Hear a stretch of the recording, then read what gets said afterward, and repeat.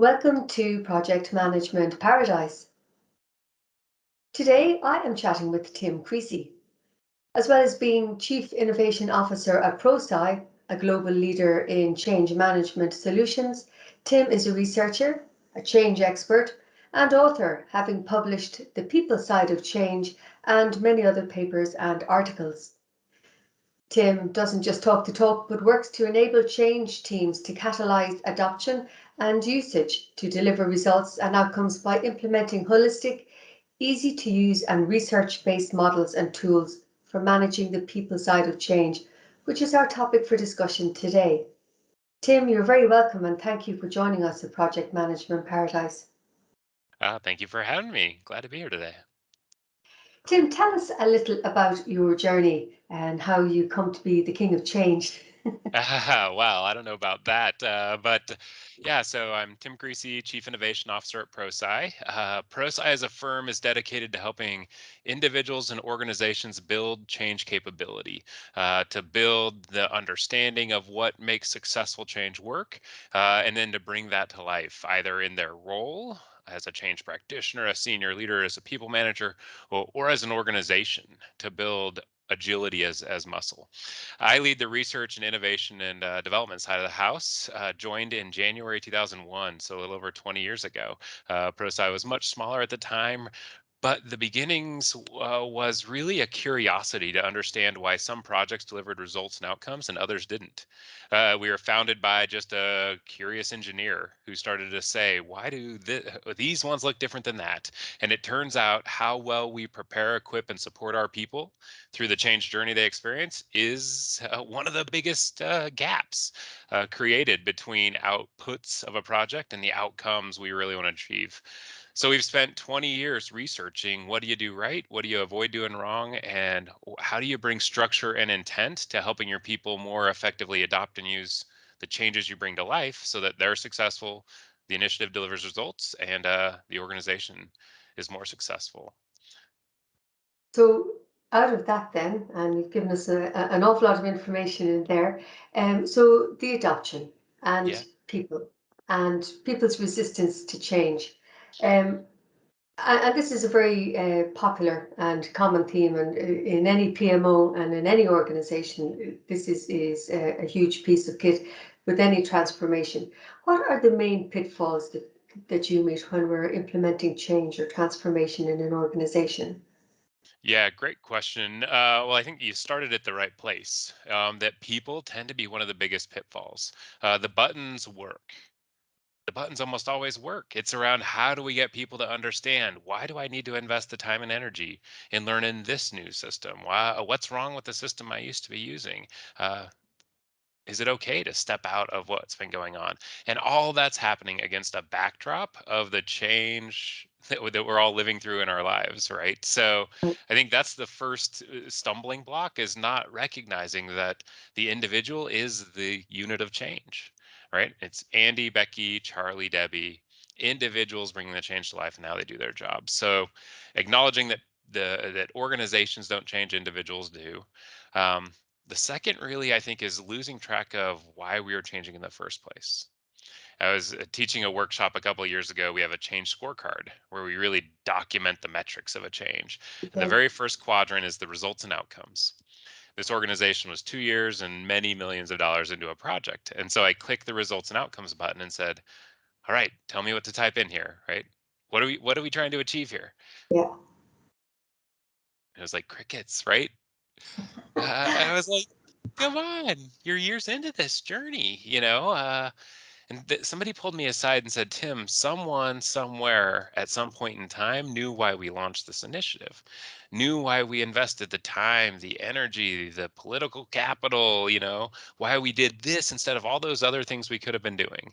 But that reason for why the change happened evaporates over time. So I Yeah. think that's our second big stumbling block, is we lose the connection with why changes are happening. And that's the very first building block a person needs. And I think the third big challenge we run into is not translating our project challenges into the adoption challenges they represent. we think about change in terms of the CRM system we're rolling out, not how it's going to impact Dan, my salesperson, and the way that they show up each day. How is it going to impact his processes, his tools, his mindset, his behaviors? And if we try to manage change at the organizational level instead of understanding what it means at the individual level, where we can activate and support people through it, um, that's where we end up installing solutions without results. So I think those are, three of the big challenges that projects run into. Okay. So, one of the challenges, as you mentioned there, is filling the gap between the high level. So we're going to bring in a change, a transformation program into the organization, and we've got Tom, Dick, and Harriet, or Becky, Dan, and Joey, that we want to bring along on this journey for change. How do we translate that message from the top, as it were, to me coming into work every day and embracing the change and not just saying, that's not the way we did it? Yeah. So I think first we need to understand what the change actually means to you. Right? I think that's the very first step is as a project, we take the step of defining the change impact at the individual level. And so we have a tool in the ProSci methodology where we actually look at 10 aspects of your job. Okay. And what we would say is, does this change and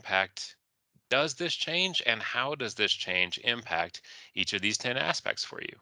Does it impact your processes, your systems, your tools, your job role, your critical behavior, your mindsets, attitudes, beliefs, your reporting structure, compensation review, location, and the last one I can't I'm remember. counting up here as you're saying. I'm very There's a impressed. 10th one, believe me, there it is. So that's the first step. And I really think that's around bringing empathy into projects.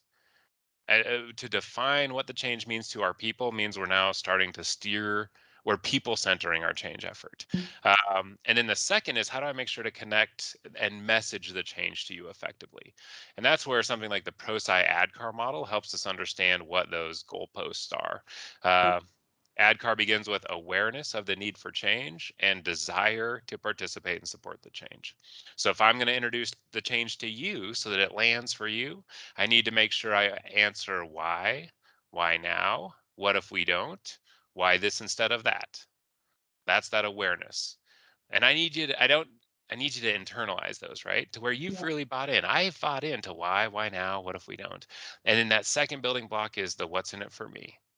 What are the personal motivators, organizational motivators that align with where I'm trying to go? That shows me stepping out of the comfort of the current state into this change is worthwhile, because we all have free will, and you can maliciously adopt a solution, right? Have you ever seen this? It's one of my favorite forms of resistance, right? Malicious adoption. uh, One of the pictures, my favorite pictures to describe this was, somebody's out painting the lines on a road, and you see the dead raccoon laying in the middle of the road, and the paint lines go right over the raccoon, right? That's Yeah. malicious compliance. Like, you told me to paint the lines. And if we don't get people engaged in the change, to really step into out of what they do and into the change, we can end up with like malicious compliance. So I need to understand what it actually means to you by defining change impact, and then message to you with the messages you need as an impacted employee. Awareness and desire as those building blocks. Okay, that is um the I know what you're saying. It's kind of common sense, but common sense isn't all that common. Um, and we all know this, both as employees and employers and managers of change, and those of us who've been brought along by change. So we've got the idea for change coming at the top, and now the person at the bottom. What about the poor person in the middle, the project manager? Have you any tips for them? A few little short tips about how we still engage the people and we join the building blocks from the top to the bottom, so we've got a good solid foundation within the organization. Yeah, because the project manager and the project team and the change team become that kind of connective tissue, Yes. in many cases. And I think my biggest advice would be that change management and project management need to be incredible allies on this journey. That project management prepares the solution for the organization, change management prepares the organization for the solution. And so when we bring the two together, we are most effective especially the earlier we can bring what does adoption and usage mean to the table. And today's change is iterative by necessity, right? We can't see 5 miles down the road anymore. We can see to the bend, and our goal is to get to the bend as best we can and be in the best position for whatever's on the other side of the bend. And so the earlier we can ask the question, the lean, I'm not sure if you have background in lean, right? The Yes, first question we ask is, what's the problem we're actually trying to solve here? We had a client that was a big lean shop, and then they have really embraced change management. And the second question they began asking was, who's going to have to do their job differently and how?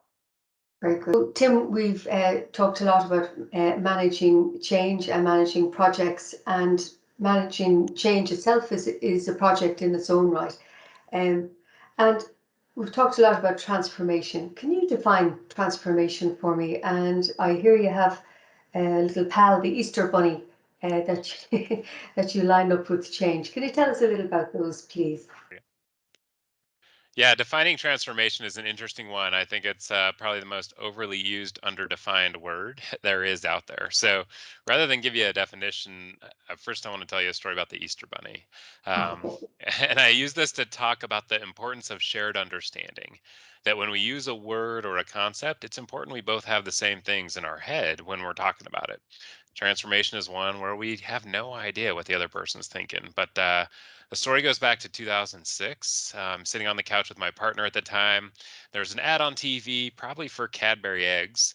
And I looked at her and I said, when you were a child, and I tell people your religious affiliation matters not to me because you know of the Easter Bunny and you know it's magic. So my wife had one in her construct, and I said, when you were a child and you envisioned the real Easter Bunny, the one that came to your house and hid the eggs each night on Easter at your house, how big was it? And she said, oh, about 6 feet tall, like the size of the guy at the mall. And I start scoffingly laughing at her. How on earth can my partner in life be so wrong about something, right? Because in my head, I know the real Easter Bunny was about 4 feet tall. And neither of us have seen him because he's magic, right? And so then I got really interested and I started emailing people on my email list. If you had the Easter Bunny in your construct growing up, how big was it? And the answers come back across the board, right? 6 feet tall. That's the most common answer, like Yeah. the guy you see dressed up. The second most common answer is the size of the actual rabbit, like actual rabbit size. There's a small subset of the population that envisioned a Bigfoot sized, a 10-foot tall Easter bunny. And I have no idea how they went to sleep, the night before Easter. And of course, the right answer is about 4 feet tall. That's what I had pop in my head. Um, and so it's interesting. We can all have our own idea of what it is until I ask you to go get me a box that would fit the Easter bunny. And then we need to have a shared understanding about what this thing is.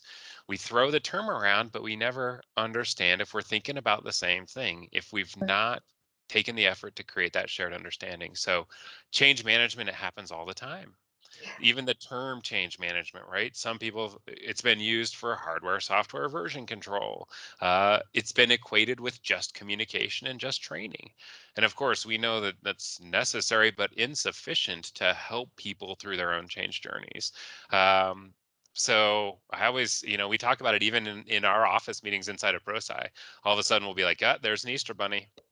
We're talking about, something where we are using the same phrase, but we don't know if we're on the same page yet. And I have a sneaking suspicion we're not. So transformation is one of those people, and it's kind of got buzzy, right? Like, Yeah. oh, we don't do change here, we just do transformation.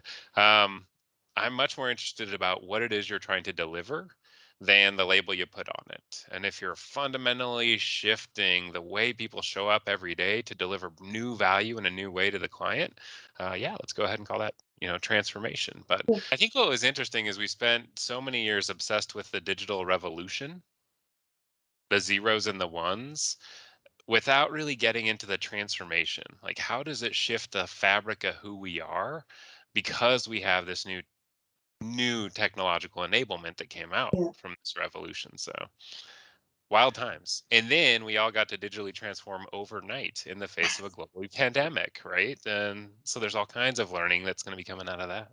There is, yeah, and I suppose we're in danger really of putting labels on things, and as you say, boxes. So show me the box for that. So what is your digital transformation? So it could be something from changing how I capture data in a form from paper into my system, or it could be a complete overhaul of of my organization's financial systems in line with our operational systems as well. So yeah, how big is the box, or how small is the Absolutely. box? How big does And the what are box need to be as well? what are we trying to achieve, right? Yeah. Yeah. What's the finish line? What's the improvement we're trying to realize? Yeah. So you've said, Tim, before, because I see it in some of your notes that I've researched on you, that the soft side of change is actually harder or more difficult than the harder side of change. And you strive to empower people, you and Prosci, to empower people to manage it successfully. Why? And I know we've kind of touched on it, but maybe give me the big clanger of why is the people side of change so difficult? Yeah. Why is it so difficult? I think a couple of things have happened. I think there's shifting values in organizations. And so I think, my grandfather's GE, I talk about, right? There was a value system where when he was asked to jump, the answer was how high? Because consistency, predictability, control in a more manufacturing environment was what the value system was. As we've moved into service and knowledge and interaction economies, it's changed that dynamic. And it's why we've empowered and build ownership and accountability throughout the organization so that solutions are happening closer to where our customers need them. That value system, those economic shifts have changed and heightened the focus on not just saying how high, but the answer now is why, right? That's what people will answer back with. So I think that's a big part of it. I do think, y- you know, Jim Collins talks about Peter Drucker, his mentor, and the big question Peter Drucker was trying to solve, which was how do we help organizations and society become more humane and more productive at the same time? More humane and more productive. Mm, Because I can accomplish one at the expense of the other all day long, right? I yeah. can get more humane and less productive. That's easy. I can get more productive and less humane. That's easy too. How do I actually achieve both? And this notion of how well we support our people through the change journeys they experience, I think is a sweet spot right in that middle. Because we know from the data, it makes our projects more successful. They're more likely to meet objectives by 6 times, more likely to finish on time, more likely to finish on budget. They are exposed to way less risk and cost. We know the organization gets more effective when it grows agility as muscle. So we know change management means more productive change. I also think change management means more humane change because it's Tom, Dick, and Harry, Andy, Becky, Charlie, Debbie. It's putting ourselves, it's people centering how we try to bring change to life in the organization by putting the adoption challenge center in how we navigate and solution in organizations. So there's another big chunk of change there as well. And I know when we were chatting before, he said, we've got the basis of a 3 hour discussion here. At least we know that, which is why we love to attend all the seminars where we can get all of that data and information from you as well. You mentioned there about project success and agility within an organization as well. Tell me about your telling plans, Kieran, why they're detrimental to project success. Yeah, great question. I wrote an article years ago about the difference between a communication plan and a telling plan because every single project I've ever run into has something that it calls a communication plan. Most often, though, they're actually just telling plans. They are loaded with information about what the project team's been doing, which solutions they evaluated, what they're doing next. The intent, the focus, the orientation is from the what we're doing in trying to bring about this change. A communication plan sends the right message to the right audience at the right time from the right sender through the right method. It's being thoughtful and intentional about the fact that communication is not what gets said, It's what gets heard and internalized. Mm. And so we need to align the messaging, the timing, the sequence, the emphasis, the importance of our communications with the journey that human beings will be making as they step through this change process. Yeah, so it's a fun pivot in terms of Yeah. intent and focus from these telling plans that we all run into toward effectively communicating to help somebody navigate their own personal journey out of where they are today through a messy transition to an aspirational future that we're trying to get to. And kind of with that in mind as well, I'm sure you've encountered organizations and people within organizations and maybe groups of people within organizations who are just who just don't get it. Like, they want to barrel everything down everybody's throat, really, I suppose. And on the other hand, you get people who are so supportive and want to bring all the people along the way. So do they get to the same end goal? And what's the future like once they get to that end goal from kind of either side of the fence there? Yeah, I mean, 5,000 data points over 15 years would tell us they're going to end up at very different endpoints.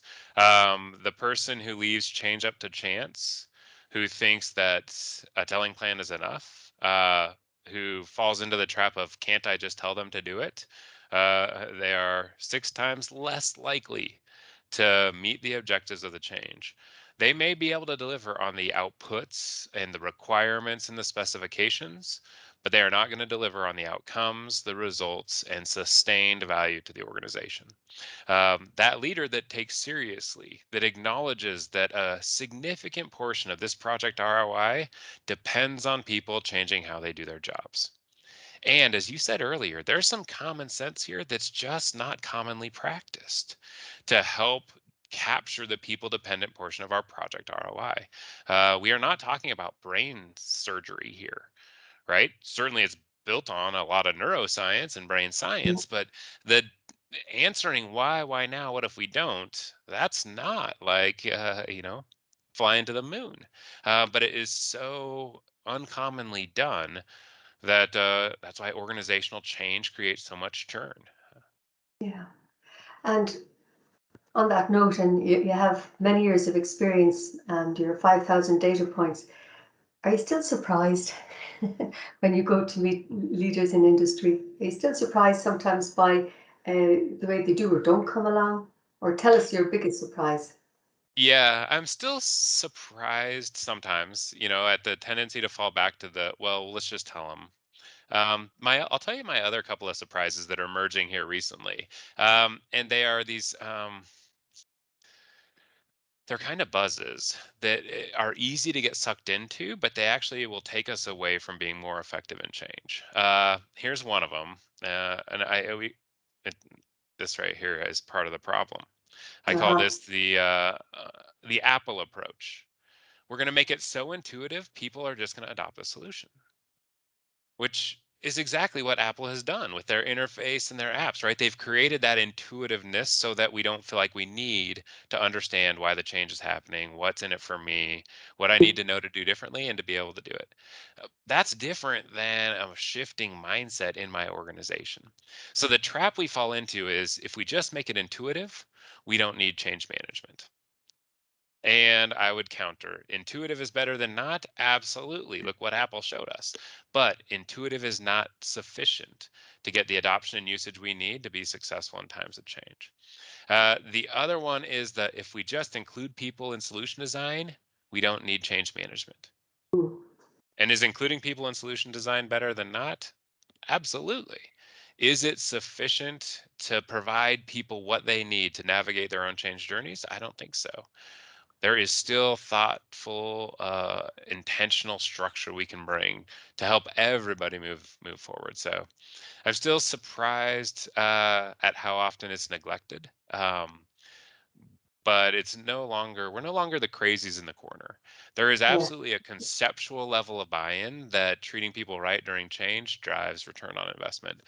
We still are challenged contextually, in a particular change to Mm. justify that value, I think. And yeah, like that's kind of coming from within an organization or the ethos of an organization. And you mentioned earlier on as well. So we are here in 2021, still in the midst of the COVID pandemic, and we had no time to plan for change. It just all happened. But depending on the organizations, most people came along, and they came along well and nicely. And Yeah. yeah, It and it's is gonna be that a lot wild to of, it's gonna be crazy to reflect on this, right? Because how many yeah, days did you have to move to work from home in March of 2020? it Or were you was already at home? released. Yeah, I was working Yeah. abroad, and then we came back. That was it. No travel, no face-to-face meetings, no nothing. I don't even have a goldfish, so it's Yeah, a long day. When you're not collaborating with people. for Yeah, sure. but we do it. People did it, right? And at Prosci, we actually made the move in 1.5 days, right? We moved Mm, all of the operations to remote. And mind you, we are a face-to-face training business, so we also had to pivot the entire operational model. We did it in a day and a half. And I often do this thought experiment. Like, what if the leadership would have given everybody 45 days to move the entire business remote? It would have taken us, what, 90, 135 days, 3 years, right? yeah, Uh, it would have been wild, and we would have broken it 15 different ways. We would have yeah. found a million and one reasons why it couldn't have worked. So I think there's going to be some fascinating learnings for organizations to say, like, look at all the things we did that we would have told you were impossible a month before. And what can we learn about ourselves and our organizations about the capabilities we honed and demonstrated during this Yeah. pivot, right? Because I would have told you were crazy if you told me we could move the entire business to a virtual delivery and virtual training company in a matter of 3 weeks. I mean, so Tim, I look forward to your publication on that because you got a whole lot of fact data here to work with now. But Tim Creasey, thank you so much for your time and your insight today.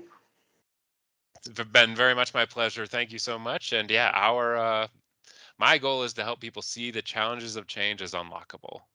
That's kind of my personal why, because I think a lot of us have the answers within us once we can see a challenge as unlockable. So hopefully your listeners have picked up a couple of ways to view the challenges of change as something that they can tackle and overcome.